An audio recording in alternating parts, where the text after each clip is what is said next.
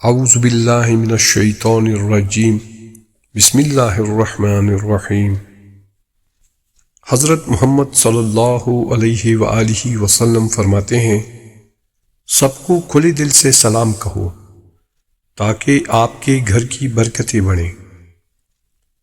مومن کو حرام کام سے روکنا اللہ کے نزدیک 70 حج کے برابر ہے۔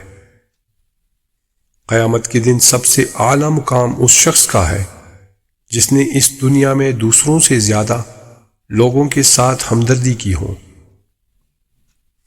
بیمار مومن کی کرہ خدا کی حمد ہے، اس کی پکار لا الہ الا اللہ کا ذکر ہے، اور اس کا بستر پر آرام کرنا نماز ہے۔ جو امانت کو کم سمجھتا ہے اور اس کی پرواہ نہیں کرتا یہاں تک کہ وہ خراب ہو جاتا ہے، وہ ہمارے پیروکاروں میں سے نہیں ہے۔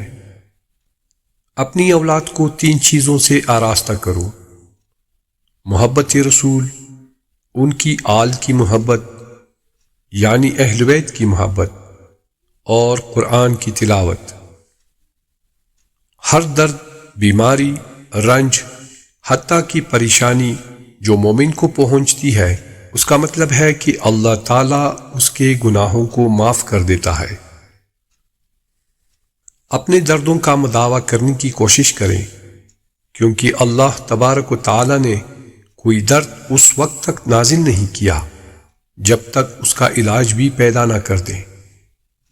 صحیح معنوں میں جہاد کرنے والا وہ ہے جو اللہ کی رضا کے لیے اپنے نفس کا مقابلہ کرے۔ کتنا خوش نصیب ہے وہ جو میرے اہل بیت کی قیام میں حاضری دے گا اور ان کے عروج سے پہلے ان کی پیروی کرے گا۔ تم سب آدم کی اولاد ہو اور آدم کو زمین سے پیدا کیا گیا تھا۔ در حقیقت اللہ کے نزدیک تم میں سب سے زیادہ عزت والا وہ ہے جو تم میں سب سے زیادہ پرہیزگار ہو۔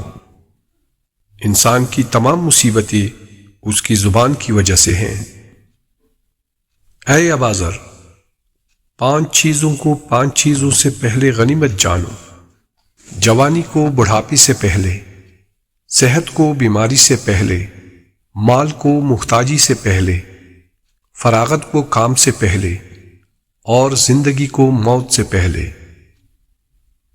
کیا تم نہیں جانتے کہ اللہ کی عبادت اور دعا علم کے ساتھ ہے، اور دنیا و آخرت کی بھلائی علم کے ساتھ ہے، اور دنیا و آخرت کی خرابی جہالت کے ساتھ ہے؟ جن چیزوں کے ذریعے میری امت جنت سے لطف اندوز ہو سکتی ہے وہ سب سے زیادہ تقوی اور حسن سلوک ہے۔